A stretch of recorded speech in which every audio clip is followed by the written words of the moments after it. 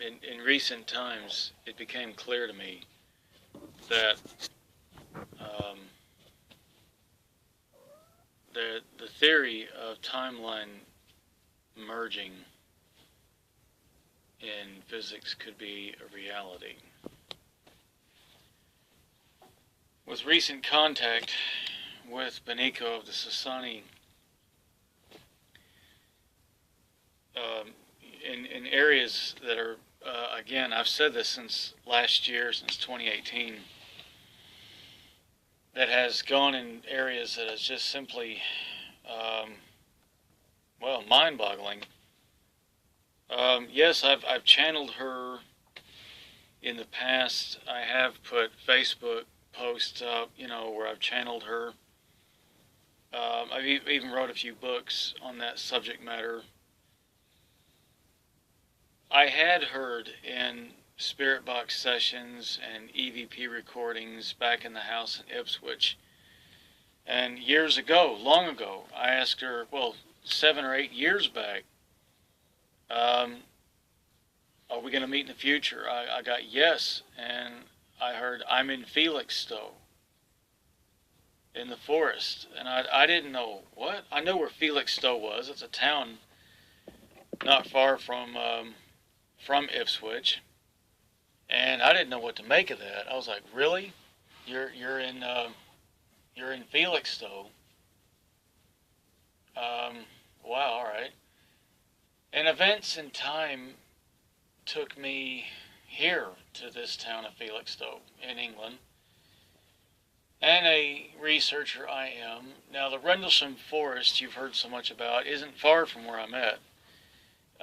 Why so many researchers and good researchers out there spend all their time, why they've missed this point is beyond me. Why haven't they considered that perhaps forests locally within this area could have just as much extraterrestrial issues going on?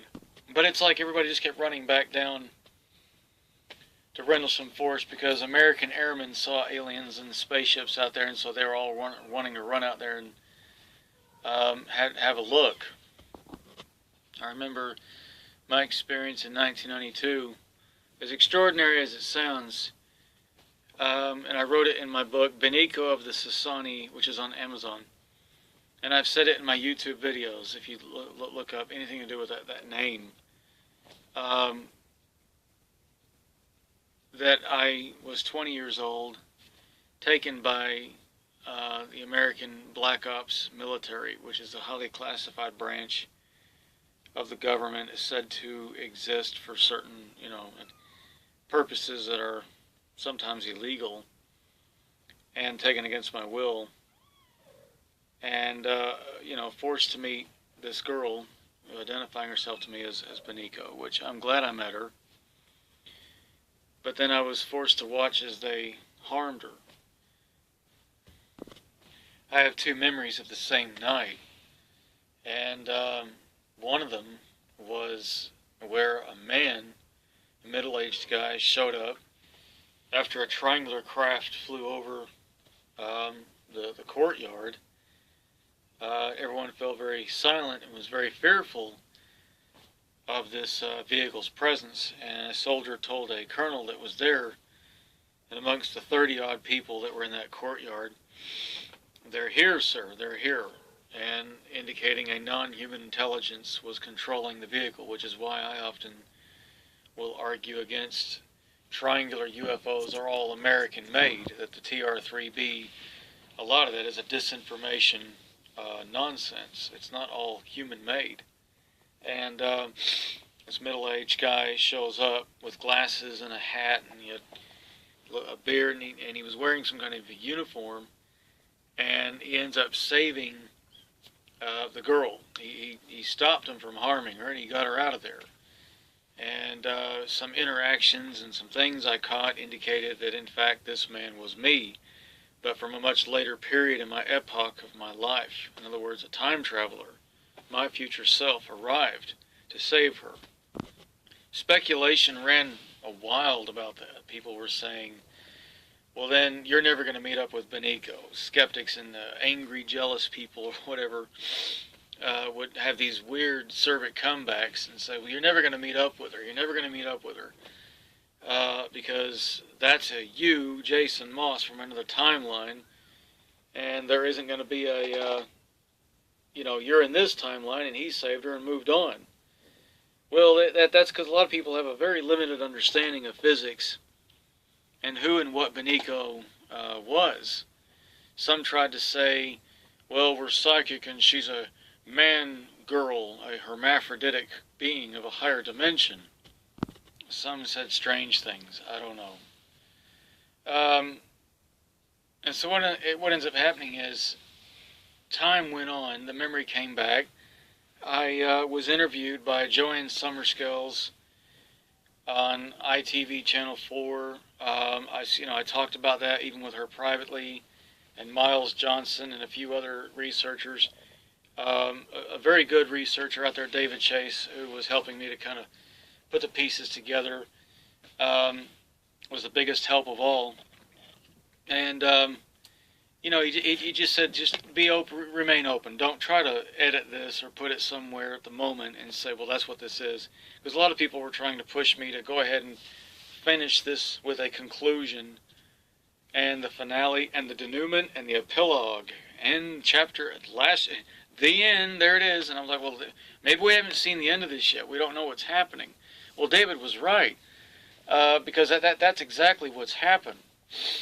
In the years that followed, in the 8 years that have followed since I've been talking about this story, I know I do appreciate subscribers, and if you like it, if you subscribe, that's great. It's great to have the support of people. It's great to have you around. It's silly to say, oh, I don't need that. Well, then why am I doing this? I'm doing this to help with disclosure that, in fact, we are not alone, that the human race is being visited by non-human intelligences, that they're here. This is going on. And, my story's been consistent and the same for 8 years. I don't, go, well, now I remember there were 25 hybrid girls, and they named me their king of the hybrids, King Zon. Hello. And I'm going to open a Messianic temple in Las Vegas where if you come down, it's $200 a ticket. You can all join in and have it'll be a big pyramid temple with half-naked girls. No, I mean, I haven't gone there.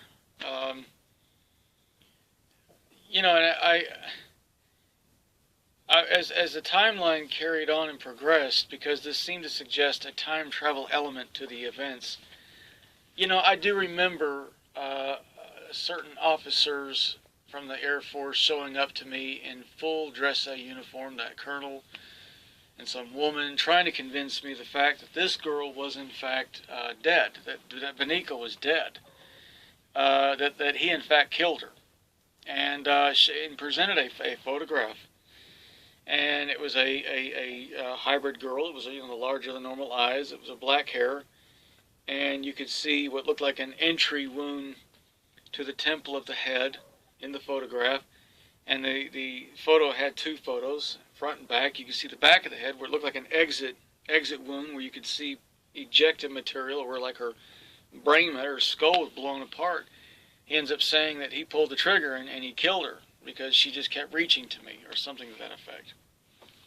Well, I was very angry with the guy. I didn't like talking to him. I was like, I called him names. I don't remember all the things I said to him, and I wasn't exactly very, very pleased to be dealing with him. And then about a week or so later, that sergeant that was with him, she calls me up, and I remember her name. I'm not going to say that name. And she is extremely frightened, and for some reason thinks a 20-year-old has the answers. And so she's stepping way over the line here and starts saying that the body that they had at Wright-Patterson Air Force Base that was underground in cold storage was gone. And immediately I said, well, perhaps she was taken by these other aliens. I don't know. No, it's gone, as in it was never there. And then she said that the paperwork for it was gone too. And she said other people who remembered the events that night going down the way they did don't remember seeing a future me showing up, and she didn't either remember seeing a future me showing up. And so she was quite agitated by the fact that others around her weren't there anymore. In fact, hadn't even arrived that night and didn't have the memories that she had. Well, I remember her, and I remember her being there that night. And this is, I think, prior to them using some kind of technology, which is it's an electric stun gun, is what it is, but a low voltage stun gun, much like 50 volts, 30 volts, as research I found out. And if placed to the side of a skull of a human being, anybody, it can zap your memories. Well, there it is. I think this was prior to my memories being altered. And so there was some time there I seemed to know pretty much everything, because I was talking to my mother at the time about these events. I was talking about it. They were visiting the property in full Class A uniform. They weren't admitting to my mother that, oh yes, he met an alien, this alien girl. We all came out, took him into custody. I mean, she thought the whole thing was made up by me, but was being nice enough to just go along with it. But when the Air Force showed up in uniform on another occasion, in fact, she got tears in her eyes. And Mother was like, I thought my son was having some kind of a flip out, and he's sitting there telling me, and she looks at him and says, I'm not really sure what's going on or who this girl was or where she was from, but from the sound of it, it's not good, and I want y'all to leave my house immediately. And she threw him out. So get back to that sergeant lady was calling me. She was very, very frightened, very shaken. And she said, "Now, I know that you were saying to us that you saw your future self arrive and save her."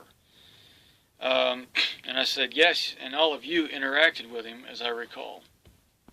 So what happened recently? So in 2018, and I've been saying since last year, and I've been keeping it under my hat how much is going on, and that is going to be and will remain private. Just know that finding this forest out here and finding this certain location and the contact with her has been outstandingly incredible. I do keep it pretty quiet. And I say contact with her, I mean conversations. I don't mean I'm hearing them in my head or channeling her with psychic channels. I mean, my equipment picks her up as clear as you're hearing me right now. Not like a yes or no answer. You got to listen carefully to, and not using a spirit box that you hear static and skipping, and DJs and radio static.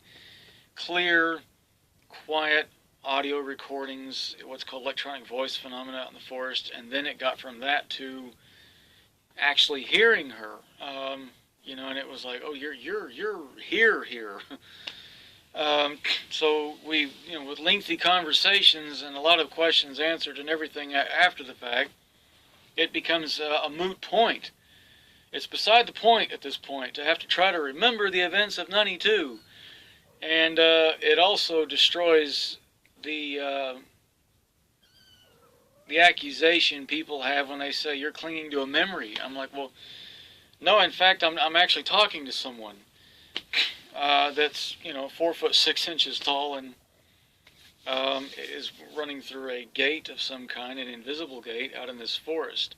Interestingly enough, locals in that forest have dubbed that large old tree in the old forest, they call it, fairy tree. So there's a lot of connections between mythology of fairies and these beings anyways. And they're from another realm, sphere of reality, or dimension. Dimension's a primitive term for that, and it's misleading. It is another sphere of reality. I wouldn't say so much a parallel Earth. It's in a sense a parallel Earth twice removed in this direction. It's like a parallel reality going that way, and then that way. Kind of another Earth where things played out slightly different, and they know how to get here. So, and the Zetas, the manted aliens, all this plays into this. Now, there are many benefits to living this other reality. Now, if I say it's a parallel Earth, you're going to think a third-dimensional Earth like this one. So again, anything to say with dimension is misleading. A sphere of reality where the space-time itself is hotter and there's a lot more energy to it, which means if you have spaceships of some kind or vehicles or technology that is highly energy dependent, you don't need to worry about nuclear power, atomic or fusion power, antimatter power, or even solar power, or any of the other unknown powers we don't know about. You go into that space and you can pretty much, pull from the space itself there, which is highly charged with much more energy than what this reality has. And it's an exotic reality. It's what we call exotic realities in physics. Some say it's a theoretical thing. To me, it's factual from my research. And exotic reality with higher, hotter energies within its space than what we have. And it's an unbounded energy. It's unbounded. And it's everywhere. We're in the third dimension in a colder, cooler reality across this universe, the known universe. We have stars, galaxies, moons. When I say cooler, space-time here is much more colder energetically, where the physics there would be much different. And particles of light move faster than our particles of light. Now, a lot of you are going to go, oh, over my head, what does that got to do with anything? Well, again, it's very simple. An advanced civilization has a lot of power needs. The more advanced your computers get, the much greater the power needs. The bigger the project and maintenance, the greater the tools, the greater the power needs. The more the fuel for the tractors. You follow where I'm going with this. So if it's a large redevelopment, you need a lot of tractors, a lot of power is needed for this, electric and petrol. Now, advanced civilizations is the same thing. So they went from living on planets long ago, and the Kardashian scale of civilizations, type 1, type 2, type 3, type 4. The human race is at a type 0 civilization, and it's still using coal for power. Some nuclear power is being used. But when you start using the internal combustion of the earth, the hot magma, to power your civilization, you're at type 1 roughly.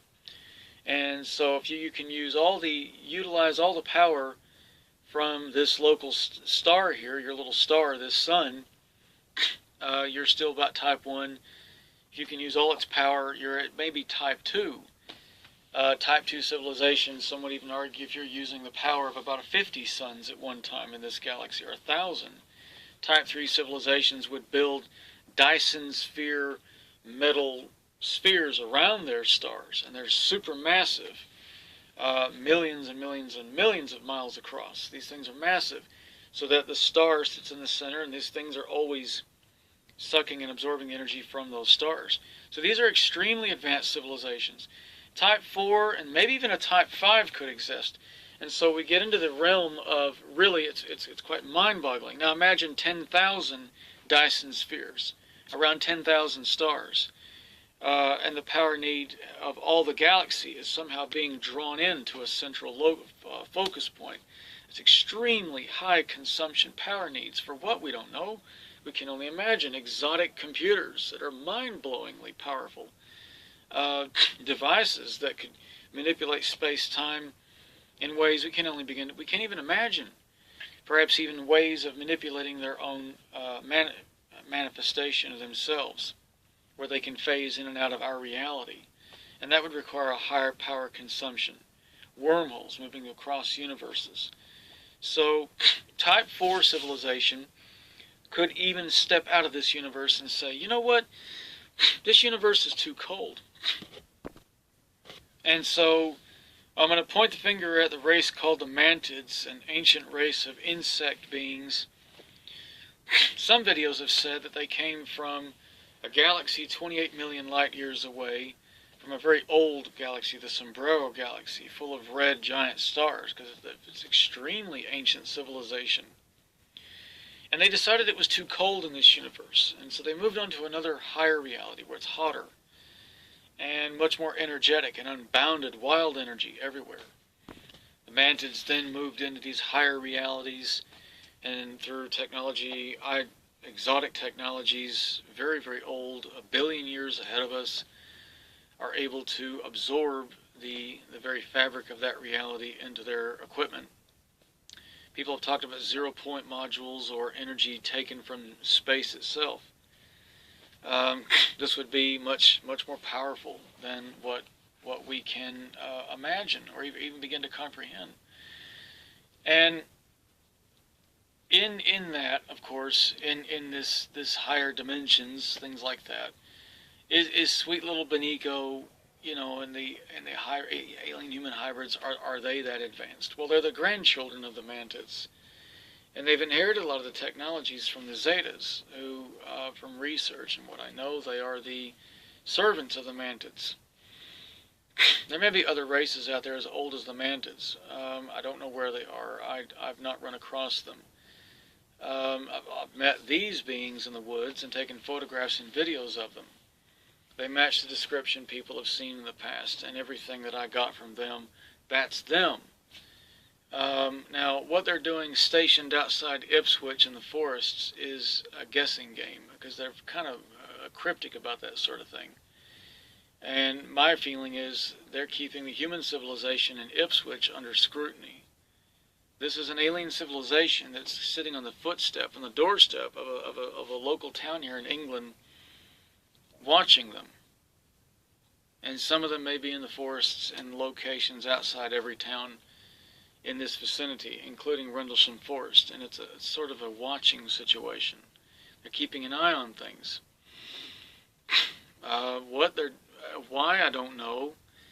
They're maybe perhaps helping to develop the English, Scottish, Irish, probably this part of the world is under some kind of a development. They're being developed and moved on in some way. There are many interesting things about living in England and you know, meeting people from England, and they're into Wicca and paganism.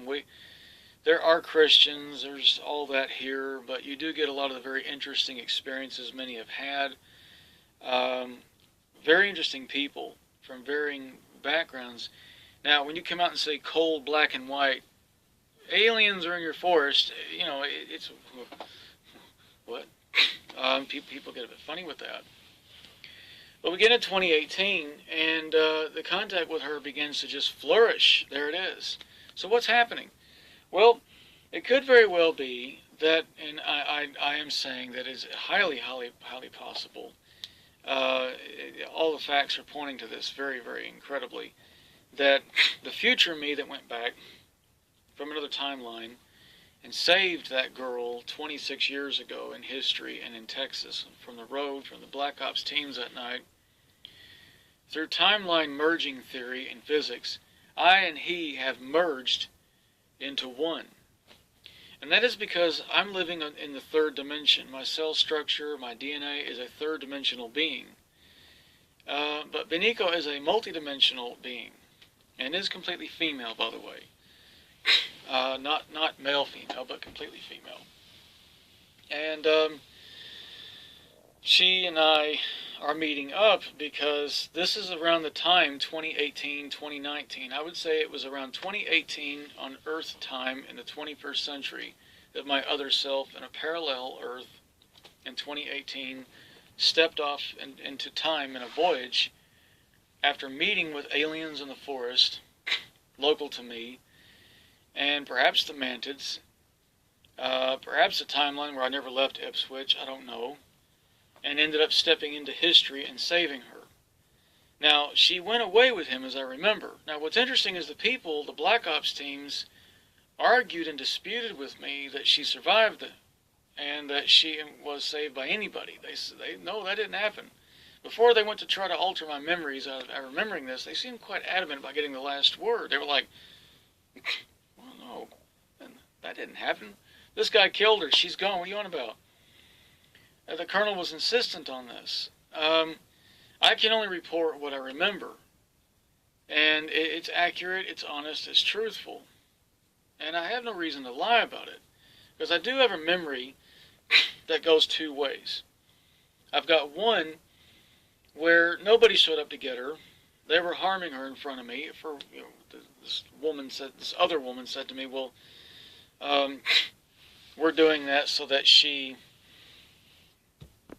when she goes back to her people, so they're trying to alter her memories, she'll believe that you hurt her." And I can remember running to save her. I love her. I feel this love. We're sharing love. Prior to that night, we'd met up. And I remember feeling a hot, sharp, piercing sensation in the back of my head. And then it's a horrible, quick sinking in my legs as I felt it in my chest running to the ground. I then remember hopping out of my body, and there was a hole in my head. One of the Black Ops people shot and killed me. Dead. I was dead. And she was dead too, and she was out of her body. And then she took me by the hand and said, "Come on, Jason, I love you. It's going to be okay. You're with me now." And we left. That's how that memory ended. The other one is where they're about to grab her, leading up to the events of that. They're about to take her. She was allowed to come up to me, and I hugged her, and they were taking her away. And this soldier screamed something, and "Sir, they're here, they're here." This young girl ran to the colonel, and a triangular UFO flew over the courtyard, to which everyone just stood still in fear. And again, another girl, there were girls and guys there in this unit, screamed, and a guy appeared just out of nowhere, began negotiating her release, which was a bit of a tense negotiation with that colonel who kept saying, "Jason thinks he's controlling this, but we are." And I thought, I'm not doing anything. I'm just standing on the side of the road. Of course, I was 20, without a beard, without glasses. I had a full head of hair, which I don't now. And, I was standing there, this young guy, and this real cocky, irritable other soldier, this guy, walked up behind this middle-aged guy, pulled his hat off, and laughed and said, "You're going to lose your hair," and looked over at me. And that's really what kind of gave it away, that what I was looking at was myself from the distant future, and he looked over at me like this with glasses on, and he was standing there looking pretty much he'd lost his hair, and he's looking over at me from across the street. I'm looking at him, and I'm like, "Oh my God, that's me." And this soldier standing next to me, this lady, had tears in her eyes from fear. Colonel said to her, "Well, what's going on, Sergeant?" And she said, "Sir, we're caught in a paradox. We're now in a paradox." And she said, "We may be doomed to repeating this night forever." Out of his love for her, he's come back to get her, and now we're going to be repeating this night until forever. Forever and ever. But there may be that may be true about the theory that there are no paradoxes and that timelines do merge, because what's happening is I've met up with her. Now, why don't they know that? Why am I not being stalked by men in black here? What's going on? Well, they're relying on psychics. And the thing is, when you work for something that's as corrupted as the intelligence community in America, there, I just said that, didn't I? I always say, when you make these videos, don't run them down. You're going to sound like you're, "Come on, everybody, join me in my cause. We're going to go to the..." Yeah. No, I respect America. I'm a patriot. But there's a lot of corruption in those areas of life. And even psychics are going to be, no matter how well trained, with backgrounds in psychology, claiming to be crystal healers, Reiki masters, because they are working for these people and believe that the secrets that they're keeping make sense to them, they're forever doing something they're shooting themselves in the foot all the time. You see, it's been my experience, they're lowering their own frequencies, their own energy frequencies of their souls, which means that forevermore, they're always going to be blind to what's really going on. They're never really going to be able to see what's really happening on my life. Remote viewers, psychics that they use. And if you think that's crazy, the CIA used psychics, then go to their official website. They have declassified millions of documents to the public where they are admitting they have used psychics to spy on Russia and other countries. The Central Intelligence Agency has done this. And these programs, I believe, are still ongoing. So because of that, they're not going to be seeing anything. And it's a double negative. It's like it cancels it out. The fact that they're believing they're doing something moral, the secrets they're keeping, the crimes that have been committed, and it all justifies under the National Security Act, and it makes sense because we have to, for the greater, I like this phrase, for the greater good. Well, energy doesn't quite care about the National Security Act, and for you Reiki people, you know what I'm talking about. It's not concerned with privacy laws, federal issues of concealment, non-disclosure agreements. It's not concerned with images of the CIA. You see, energy doesn't quite work like that. It works in such a way with karma that whatever you put out, you get back. And unfortunately for them, no matter how well trained their psychics, they just don't seem to see anything. What's going on? I don't believe him. I don't think that's happening. He says, I don't think they're really talking. Well, I don't work inside those circles, so I'm honest and truthful, and so my energy's clear. There's clarity here. I have clarity, and yet they'll go around claiming, "But we have clarity and we know better." Well, no, the only way to be those people, the only way to get where I'm at, is to step out and be a whistleblower. Yeah, literally, lose your jobs, possibly your lives, your families, your safety, the comfort zone of your life, and the security of the intelligence world, and sitting there. And you're gripped firm to it. Now, there is one lady I do know and respect and admire a great deal in California, not giving names, that has done this. And she's a psychic, and she has got my respect, and Benico's love and respect too. And this individual has worked in those areas of life, and I'm not dropping names.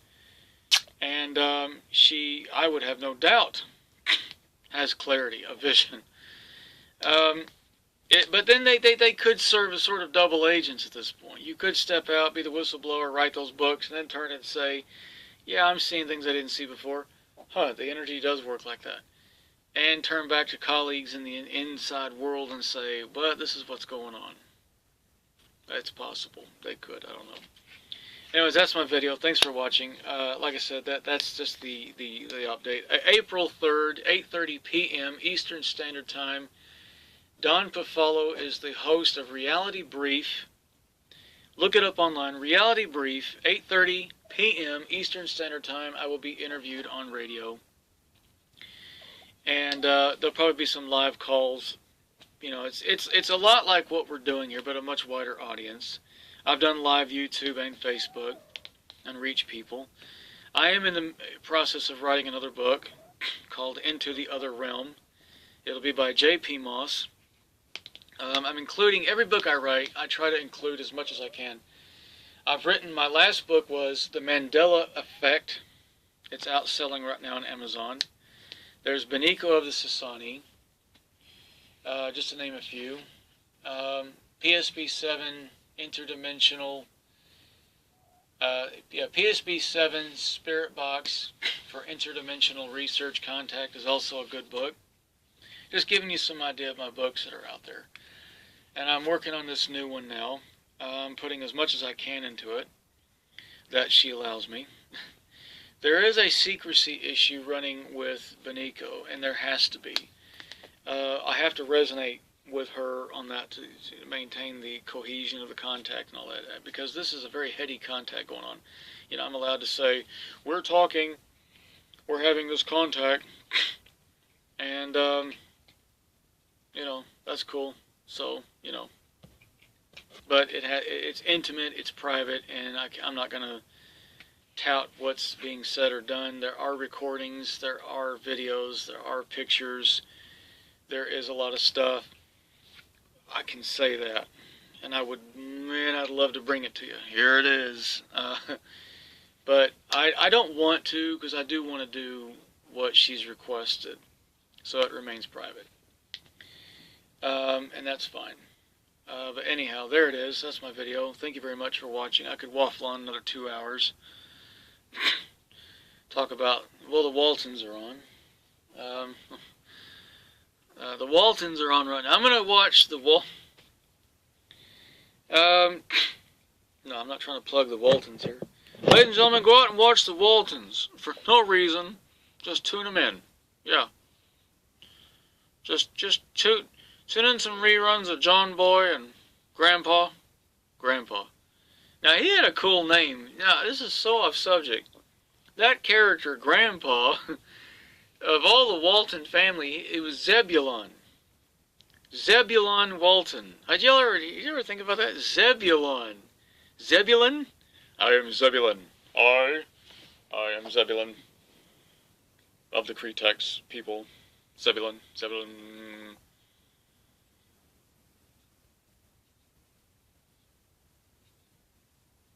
Oh, I got that song stuck in my head. There's a commercial from J.D. Williams. I don't know why. It's a commercial comes on here in England. It's a cosmetic. It's stuck in my head. I don't shop there, and it's like these girls are going, "Hey there, check your nails. Hey there, check your nails."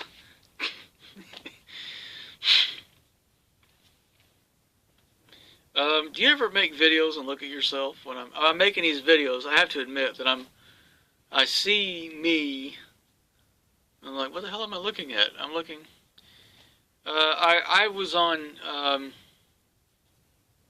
MSN Instant Messenger 12-15 years back with somebody, and for some reason it froze up. And the scariest thing happened was it froze up in a moment where I was staring off in a direction I never looked into. I was looking over there like that, and I was like typing to this guy in Texas, and I was like, look at me staring over there. It was frozen. The internet froze up, and but I never looked over in that direction. And he thought that was funny. I said, what is going on? I never looked over there. But I was for a few minutes just doing this. I was like, what the hell am I looking at? What other reality is this thing tuning into? You know, the internet's so powerful that we tune into parallel realities where you're a woman. Hi, how are you? Hi, I'm Nancy. What? I thought my friend was a guy. No, anyhow, like I said, that's my video. So timeline merging. The guy that went back and saved her has merged in 2018 into me. Now this will not affect Beniko. I will give a conclusion on that. It won't affect her because she's a multi-dimensional, higher dimensional person, and as a third-dimensional person like me with third-dimensional DNA, you know that I am. How that affects me, time traveling into the past, and then as the present arrives. The time I stepped back from to go save her, which was 2018, I'm sure of that now, becomes a time when the contact with her began again. So that's it's pretty incredible. It's like, wow. Okay.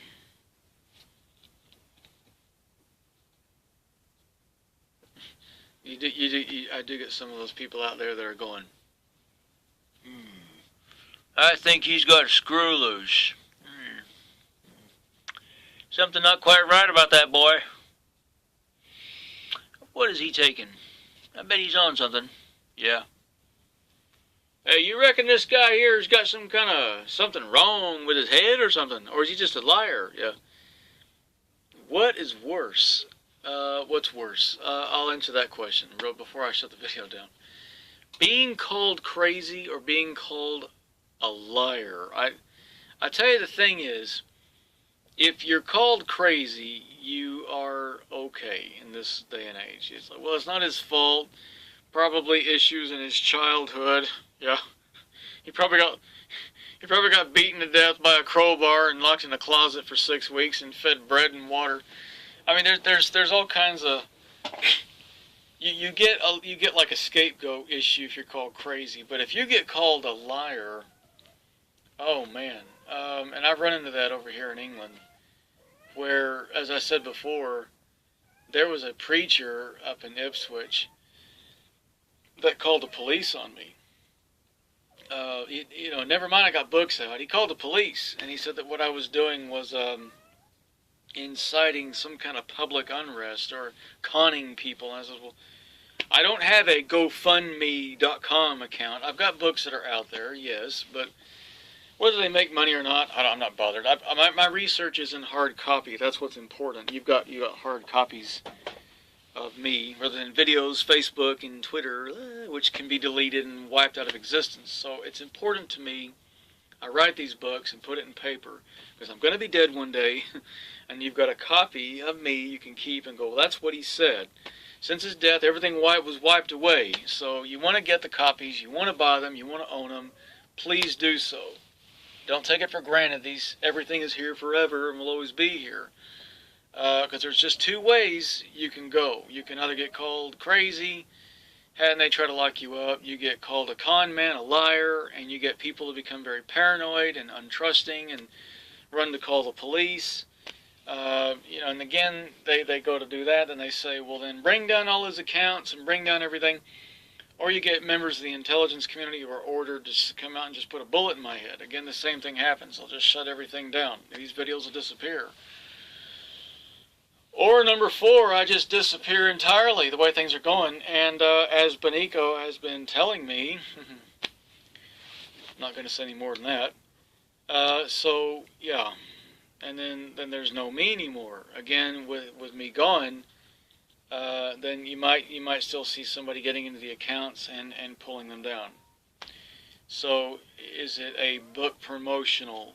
No, it's just saying that, look, obviously, guys, you've seen my subscriber list, you've seen me on Facebook, you know I don't have tens of thousands of following, you know that my books, my work is intriguing, but you also know that from a lot of the hateful comments I've had on YouTube, the threatening and hateful comments, and on Facebook a couple of times, you know that there are a lot of people, and over here there's a group of people that are in this country that look at me and regard me as a miscreant, a deviant, maybe a danger to society or something like that, and they want to go, and it's always ending in that right there. Let's get the authorities after him, or let's put a bullet in that guy's head, let's get him locked up. It's never a happy outcome or happy ending. And and it would be easy that, because I don't have the world's biggest following on this, it would be easy to get into these accounts and just justify their actions later on for cutting everything off, because that would be the end result, would be to just completely and utterly decapitate my social media life entirely. It's not about get that guy, hurt that guy. It's about basically just shutting up the message. It's not about killing the messenger. It's about destroying the message. And there are a lot of religious people that take a lot of offense to what I'm saying, as well as some employers, I have noted. And they tend to regard it as loony or a lie or whatever. And I've run across that too, where I kind of find myself, because I work as well as write my books, and you go from a job to a job to a job. You go from this friendship, whoops, okay, his partner thinks I'm crazy, they're gone. Okay, then comes that could have been a relationship, whoops, gone. And you're like, well, but it's worth it. I make no apologies. I love Benico very sincerely, and a moral issue compels me to continue to talk about her and bring her to the world, and that you are not alone. They are very real. They are not. It's not a game. Um, it's not any kind of a joke. The Dalai Lama, in the book The Story of Tibet by author Thomas Laird, speaks of a race called Latrog. It's Tibetan for the godchild or godchildren. They are children born to women who didn't have fathers in Tibet, a small group of them that had great power. And he does describe them as having larger than normal eyes. And they started 2,000 years ago in Tibet. And there was a goddess or demigoddess of some kind. Because he said the Buddhists don't believe in God, a god or creator God, but they do believe in demigods, or very powerful beings, or deities, demonesses, as he put it, that brought these Latrog, these godchildren, into being, and they have great compassion. They're also known as the Chenrezi, or the great compassionate gift to the Tibetan people. And he does say in that book, as in the interview he gives to Thomas Laird, he says, that's what started the Buddhist faith around the time Buddha existed. So the Buddhist tradition and faith does come from extraterrestrials. And so, I mean, he's saying it right there. And he says that this still happens today. He said that these women fall into a mysterious experience. The 14th incarnate, the Dalai Lama said this. You can read the book, Thomas Laird. It is called The Story of Tibet. It took him 6 years to write this book. And he spent a lot of that time with His Holiness, the 14th incarnate, the Dalai Lama, who I love very dearly. And, yeah, I mean, to those of you who say that the alien hybrid program began with the theory that President Truman had a treaty with aliens in 1955 called the Gray Old Treaty, with their nickname the Zetas or the Greys, and that they said, we'll give you technology if you allow us to take people and get their DNA and start creating a new race. This whole idea, the TR-3Bs, the idea that the alien hybrids, everything apparently in X-Files, if you watch the show X-Files, is disinformation. Even the show Stargate had a lot of disinformation, though it does try to put some truth out there inside science fiction. And so Stargate is guilty of some disinformation, but I would say the X-Files is guilty of bigger disinformation, suggesting that all alien human hybrids like Vinico are entirely American government owned, got an ink stamp on their heads. And my whole experience, the Vinico experience, 1992, makes some rather dark suggestions that they owned her, that they could do that to her, that they had her. They've got some contract that says these beings are here because of our contract with these other aliens, and that we can do what we want to her. Is a lie. That's wrong. Vinico is Latrog. She is Chenrezi. She is Tibetan. Okay, she is the special children of Tibet. All hybrid aliens like her. Hybrid alien? That's a very scientific 21st century forensic black and white term. Like the old woman says in the movie Titanic when she claims to be the survivor of the Titanic, and she's saying that it's a character, it's a fictional character, but she says, they give a very, very forensic outtake of how the ship sank, and she says, thank you for that very cold and black and white forensic, explanation of how that thing went down, but let me tell you the human side of it, what really happened. And I'm telling you, Vinico, Latrog, Chenrezi, they're the gift to the human race. And the idea that the hybrids are here to take over the earth is ridiculous sensationalism from even researchers like Dr. Jacobs, who spent 45, 50 years, I do respect him, by the way, saying, he learned all that information, but I said to them, well, you show me pregnant hybrid girls. I didn't hear Bud Hopkins mention anything, and he's dead now, but years ago, you go and look in his research, Dr. John Mack, you look at Dr. Jacobs and his put people under hypnosis and talk to them about their alien abductions. Well, that's what the Dalai Lama said too. The Chenrezi, the Latrog, they don't breed very often, very rarely. There were instances of breeding, but they often didn't. So they lived a long time, but would die. And so you needed more of them. So again, the human race has this very special symbiotic relationship with these higher dimensional human-like people.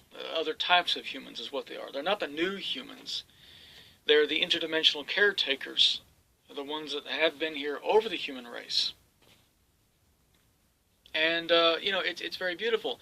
And so we got Scottish fairies, legends of Scottish fairies that were said to be very old. They didn't breed. They were female. They would leave. They would take children and bring them back with changelings. They were the masters. That told these little short people that had cloaked in robes what to do and how to get these children and these people from their homes. And that goes back 500 or 600 years in Scotland and Ireland, and even 1,000 years back. So, I mean, the idea that, oh no, alien hybrids, well, anything to do with that's America and belongs to America. Yes, that's right. It's all American. They know what's best. They have all the answers, and it's just started recently, and it's them. Is a lie. They've been around a long, long, long time. And Vanico's one of the kids. Well, she's older than me. That has been around. You know what they've been doing. It's been here for a long, long time. And they're known to many peoples by many names. And in this part of the world, they're the fairies of the forest. Now, it's hard to get people's head around that idea. Other spheres of reality and realms exist that you do not see and do not hear and cannot touch with your hands, but they are there, as physical as you are. But they're tuned out of this frequency and living in that reality. Fascinating stuff, good research. Again, I went another hour, didn't I? Yes, I did. Okay. I'm a professor, I lecture, and I go on and on and on and on.